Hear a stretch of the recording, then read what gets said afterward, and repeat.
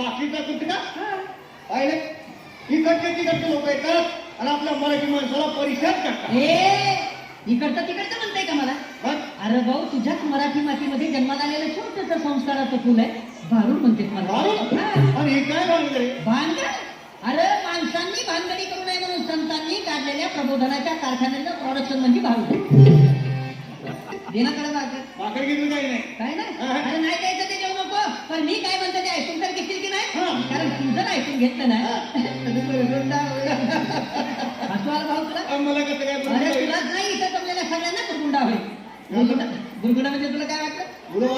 अरे भाऊ, गुरगुंडा म्हणजे लेकरं बरं नाही. अरे बाबा, गुरगुंडा म्हणजे आमच्या भाषेमध्ये गुरगुंडा या शब्दाचा अर्थ आहे ज्ञान. तुला ज्ञान नाही की 4 युगाने 10 अवतार आमच्या तर्ग्यामध्ये असतात. तुझ्या आहे तुझं पाशी, परंतु तू जागा चुकलास.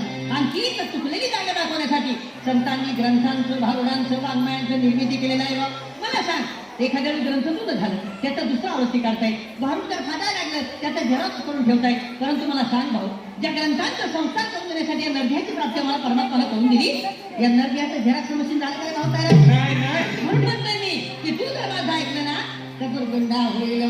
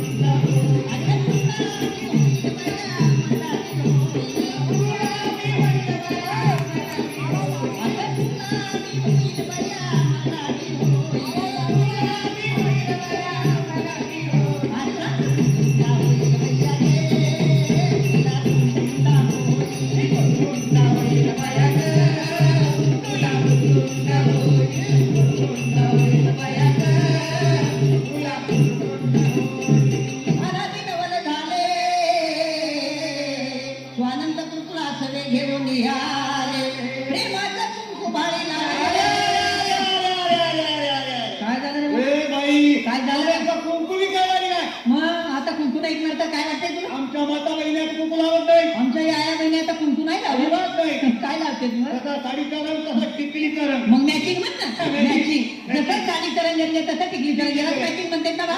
पण खरं सांग भाऊ, या वरच्या रंगांचं मॅचिंग तर कधीही करता येईल, परंतु संसारामध्ये खरा आनंद, खरं सुख भोगायचं असेल तर नेचर मॅचिंग असं वाटत नाही. नेचर मॅचिंग असेल तर या वरच्या रंगांना महत्व आहे. मी म्हणत नाही आहे माझं कुंकू लाव, तुझं टिकली लावू नको, परंतु टिकलीच्या रूपानं सौभाग्याचं दान टिकली म्हणून फिरतांचं मावली. अरे भाऊ, सकाळी उठलं, बाथरूम मध्ये गेलं, बाथरूमची भिंत सौभाग्यवती भव, बाहेर आलं, आरशा पुढे बसलं, आरसा सौभाग्यवती भव. मी म्हणत नाही आहे माझं कुंकूला, परंतु कुंकू लावण्याच्या पाठीमागं काहीतरी शास्त्रीय कारण.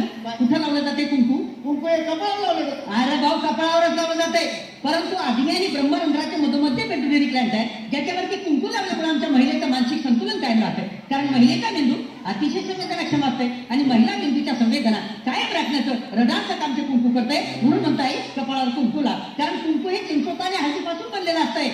एखाद्या वेळी इंचू चावणार भाऊ तर चिंचोका उगाडून जाऊन बघ, विंचवाचा धर उतरवण्याची ताकद त्या चिंचोक्यात आहे. मग खरं सांगाय, जर विंचवाचा धर उतरवण्याची ताकद त्या चिंचोक्यात आहे, तर त्याच चिंचोक्यापासून तयार झालेलं कुंकू जर तुझ्या कपाळावर लागलं तर तुझ्या डोक्याचं टेन्शन नाही का कमी होणार?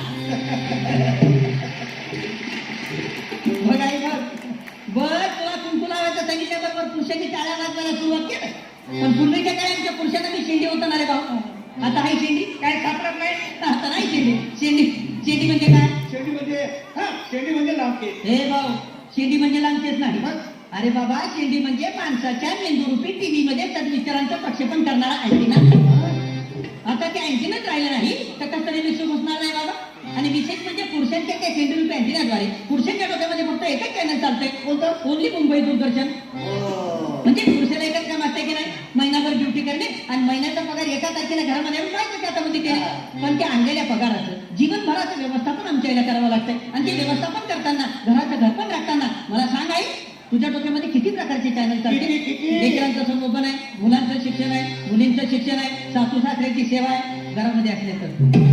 हे सगळे चॅनल तुझ्या डोक्यामध्ये व्यवस्थितरित्या प्रक्षेपित होण्यासाठी तुझ्या डोक्यावरचा हा जो केसांचा आंबाडा आहे ना ताई, हा डिश अँटिना आहे. आता मला सांग, या डिश अँटिनाच्या काड्या जर ब्युटी पार्लर मध्ये जाऊन तू कमी केल्या तर तुझ्या मेंदूरूपी टीव्हीच्या पडद्यावर मुंग्या नाही काय ना?